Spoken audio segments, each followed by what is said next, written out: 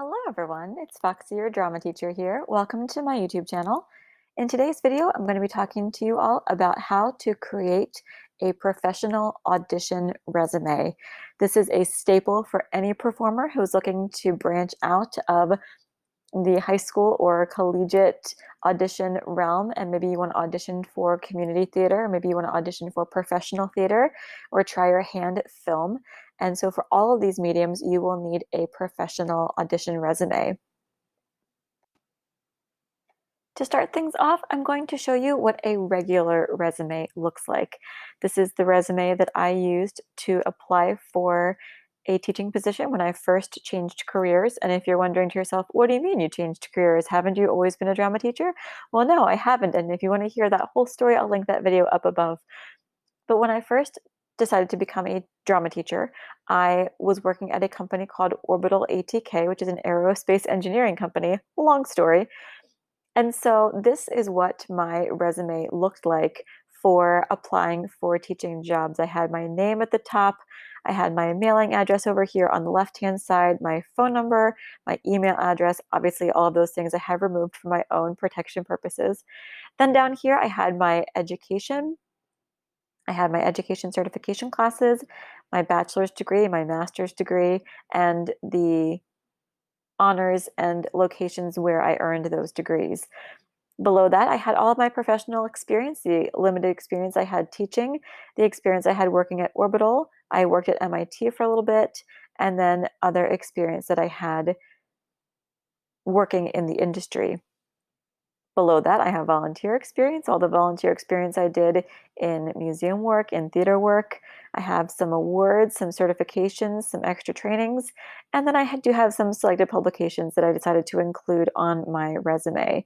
If you are applying for a real big person job, this is the type of resume you would want to submit for that type of job.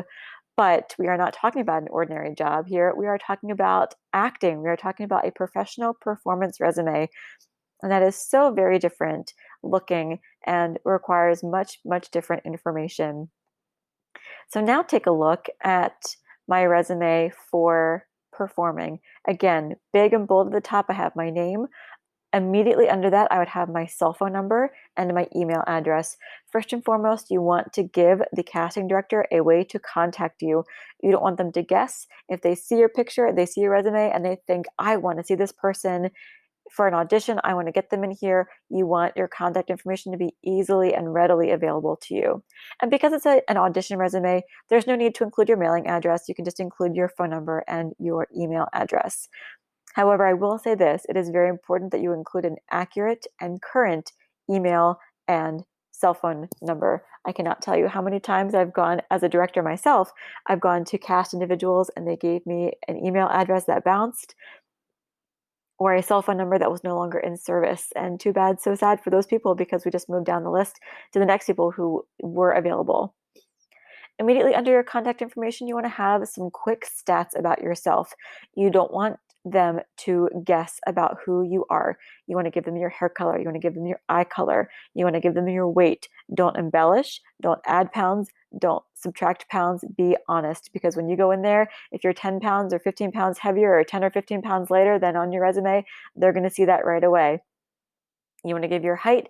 You want to give an age range. So when I created this resume, you always want to give a range of about 10 years. So obviously this resume is a little bit old.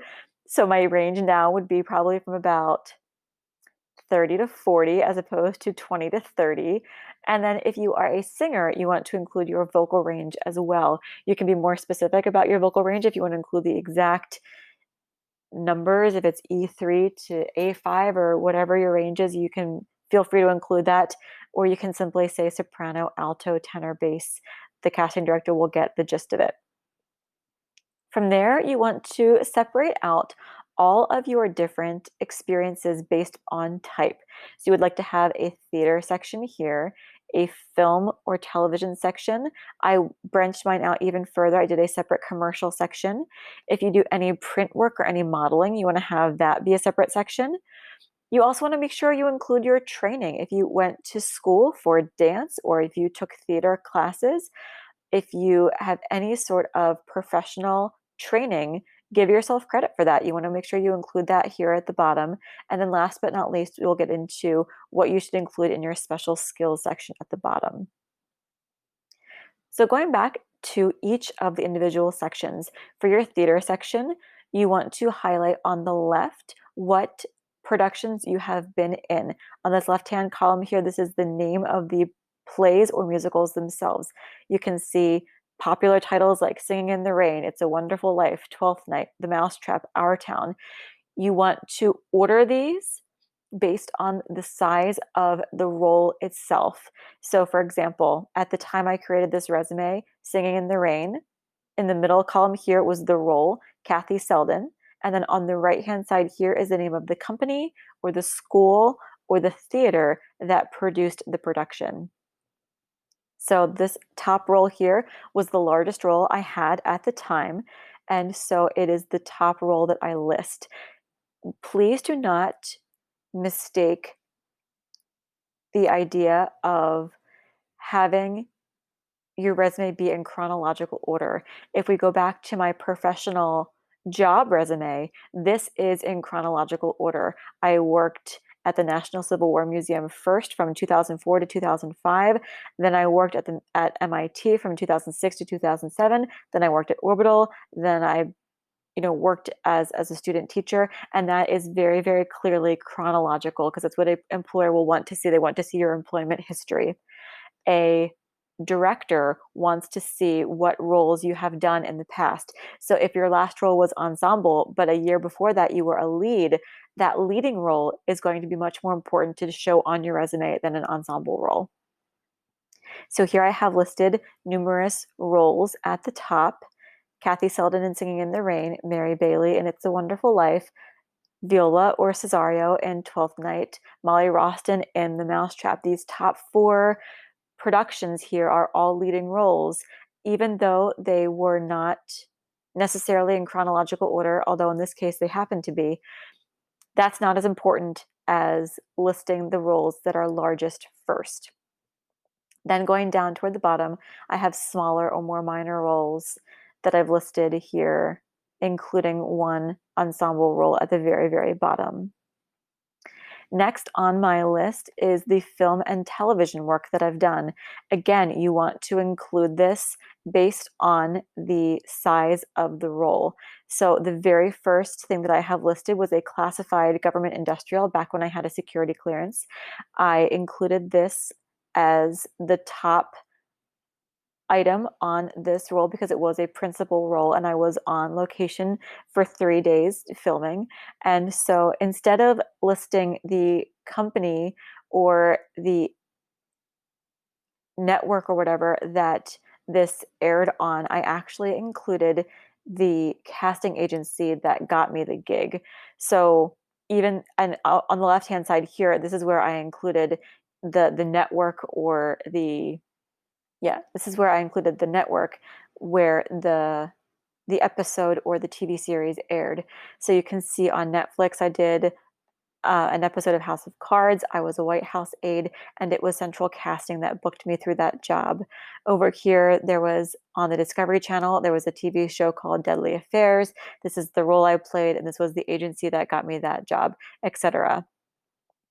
The same thing is true for commercials. I was in a Geico commercial. I played a hockey fan, and this was the talent agency that booked me in that job. Going down to the print modeling things that I've done, the same thing is going to be true above with 2 exceptions. So this top item here under print or modeling was a fashion modeling thing that I did for Fashion Bug. And I have the agency here listed that got me that modeling job. This next one here is when I was a print model. So there was no agency, it was an individual photography company that I got a job for. And so instead of including the agency, I included the location of that job. The one under that as well. Instead, because it wasn't an agency, it was a department store that hired me directly for a modeling job, I included the location of that. Under training, I have all of I had at the time of this resume creation, all of the dance training that I had and any acting training that I had and the location where this training was accomplished. So I had the dance studio or the class name listed here on this left-hand column. So I had took classes at a place called Free to Dance Foundation. I took classes at a studio called the Creative Dance Studio. I took classes with the Acclamation Dance Troupe, and I also took a theater and Shakespeare class in college. And so these in the center here, this is the type of dance that I did with each of these respective studios. In the center column, with regard to the classes I took, these were the professors that led this class and their respective degrees. And then on the right hand side here was the location of each of these trainings, either the location of the studio or the college where I got that special training. Lastly, on this resume down here at the bottom are the special skills. And this is an area where you have an opportunity to really showcase anything that is particularly unique about yourself. You can see here, for example, I have included accents that I am proficient in, and I want to emphasize the word proficient. I can do a French accent, I can do a bad German accent, I can do an even worse Irish accent, but because I'm not proficient in those, I would not include them on my resume. And what I mean by proficient is I could just in an instant start having a conversation with you in a Cockney or a British or a New York accent without any type of thought or preparation whatsoever.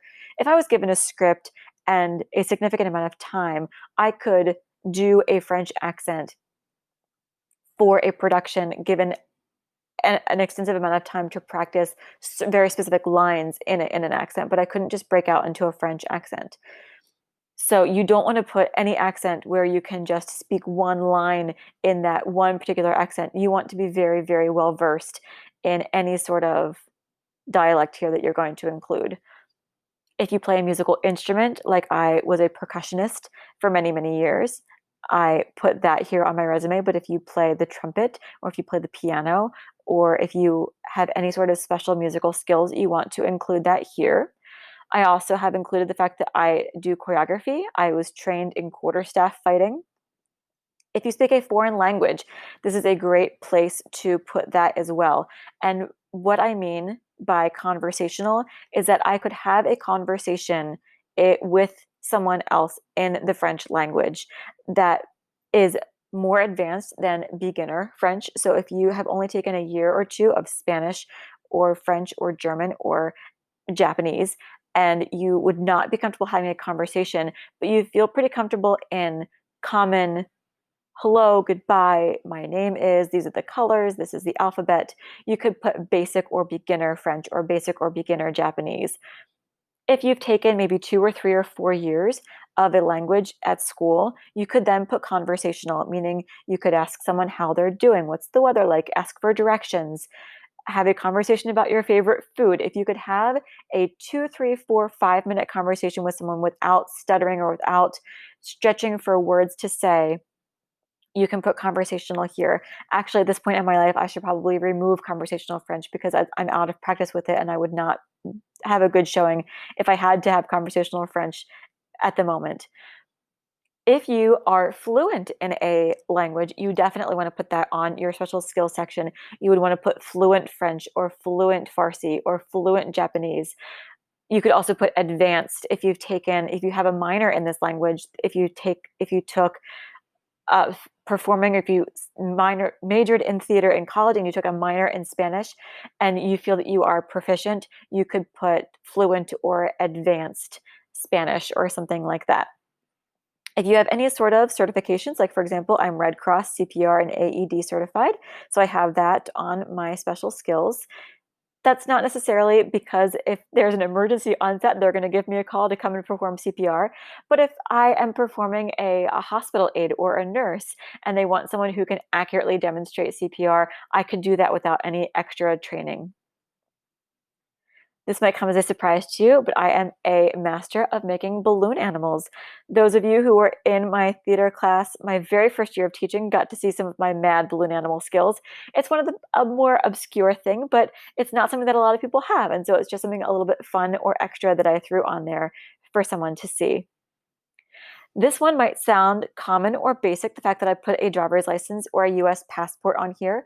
But if someone is hiring or selecting people for a role or for a job or for a movie or for a play or whatever, and it is international, they will want to make sure that I'm cleared to travel. And so the fact that I already have a US passport or the fact that I have a US driver's license, if there's going to be driving in a scene or if there's going to be travel required for a location for a film, they're going to want to know that I have those credentials right away. And then lastly, I put that I have an advanced American history degree. This is because, if you remember from my previous resume, I have my education credentials right at the top. So you can see that I have a bachelor's degree and a master's degree in history, but that is nowhere else on my theatrical or performance resume. So that's really something that I'm very proud of, and that I want them to know that I am educated in the field of American history so I can speak intelligently about people and events and things in fashion that have occurred in times past. And so I could also do living history or perform or be better equipped to act in a historical piece than maybe someone else who doesn't have this type of degree would have. Anything that can give you an edge. If you have a degree in biology, you want to put that on there. If you can do the splits, you want to put that on there. You want to put anything that is unique to you that might just give you a little bit of an edge when it comes down to casting. If someone is looking at you and looking at someone else for a role and they see on your resume that you have quarterstaff fighting and they think to themselves, this person, there's a combat scene. And so this person might be better equipped to do a combat scene than this other person who can do the splits, but doesn't have anything on their special skills about stage combat. So anything that you can think of that is not embellishing, that is not lying, that is honest and true, but unique, you want to put in this special skills section. All right, you guys, it is now your turn. So go ahead and open up a Google Doc or a Word document and get going on creating your own professional performance resume. You don't want to exceed a single page. And if you're thinking to yourself, oh my gosh, I don't have all that many theater credits, or I have never done anything on film or a commercial, or I've never done any modeling, that's okay.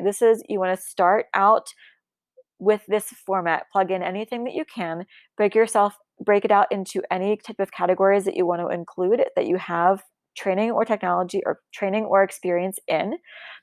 And you will only build to this and add on to this as you gain an experience. Also, as you build and gain experience, don't be afraid to remove things.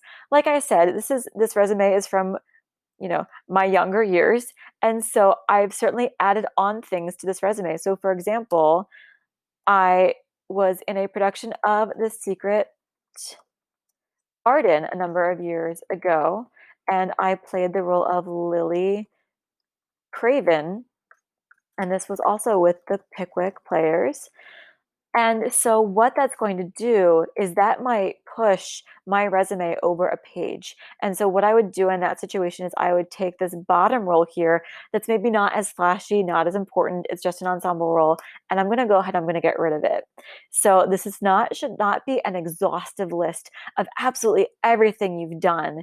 This should be a snapshot or a sample, a showcase of your most impressive works, the most impressive theater you've done, the best roles you've played, a smidgen or a sampling of the commercials or the film or the modeling that you've done, not an exhaustive list. Keep it to a page, keep it simple, and have it be your best showing. All right, everyone, I hope this was helpful to you, and I hope this gives you a good start on creating your own professional resume. And if you have any questions or any comments, please feel free to leave me a comment down below, and I'll see you guys next time. Thanks for watching, guys. Bye.